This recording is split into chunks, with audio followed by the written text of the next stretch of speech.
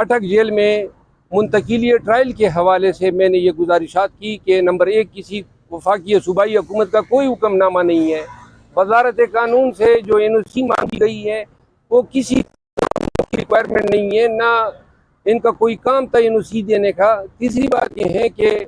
Section 9 ضابطہ فوجداری کے تحت کسی بھی حکومت کا اس حوالے سے کہ جی یہ ٹرائل یہاں سے پنجاب میں شفٹ کیے جاتے ہیں موجود نہیں ہے۔ عدالت کو میں نے یہ گزارش کی کہ آرٹیکل 186A کے تحت یہ اختیار صرف سپریم کورٹ آف پاکستان کا ہے کہ وہ ایک صوبے سے دوسرے صوبے میں جو ہے ٹرائل منتقل کرے، اور چونکہ اسلام آباد آرٹیکل 1 کانسٹیٹیوشن کے تحت ایک ڈسٹنکٹ کنسٹیچوئنٹ ہے پاکستان کا، جو کہ کسی صوبے کا حصہ نہیں ہے بلکہ اپنی اس کی ایک جداگانہ حیثیت ہے، تو اسلام آباد سے کوئی بھی ٹرائل یا مقدمہ منتقلی کا اختیار صرف اور صرف سپریم کورٹ آف پاکستان کو ہے۔ یہ اختیار جو ہے وزارت قانون نے NOC کے نام پہ ایکسرسائز کیا۔ اگر یہ ٹرائل اٹک میں ہوتے ہیں تو یہ پنجاب کی سرزمین پہ ہوئے ٹرائل ہوں گے، اور ضابطۂ فوجداری کے تحت صوبہ پنجاب میں منعقد کیے گئے جو بھی ٹرائل ہوتے ہیں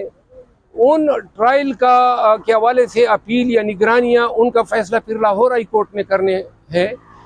جو ہے اسلام آباد ہائی کورٹ کی جورسڈکشن جو ہے وہ بھی پریمپٹ ہوئی۔ اس کے ساتھ ساتھ عدالت کو میں نے یہ بھی آگاہ کیا کہ اٹک جیل میں چونکہ اس تمام کے پیچھے محرک یہی ہے کہ چیئرمین PTI کو اٹک جیل میں رکھنا چاہتے ہیں، توشہ خانہ میں جو ہی اس کی رہائی ہوتی ہے تو یہ حکم نامہ آتا ہے تاکہ اٹک جیل سے ان کو نہ نکالا جا سکے۔ اس حوالے سے ہماری رٹ کہ ان کو چیئرمین PTI کو جو ہے اڈیالہ جیل منتقل کیا جائے وہ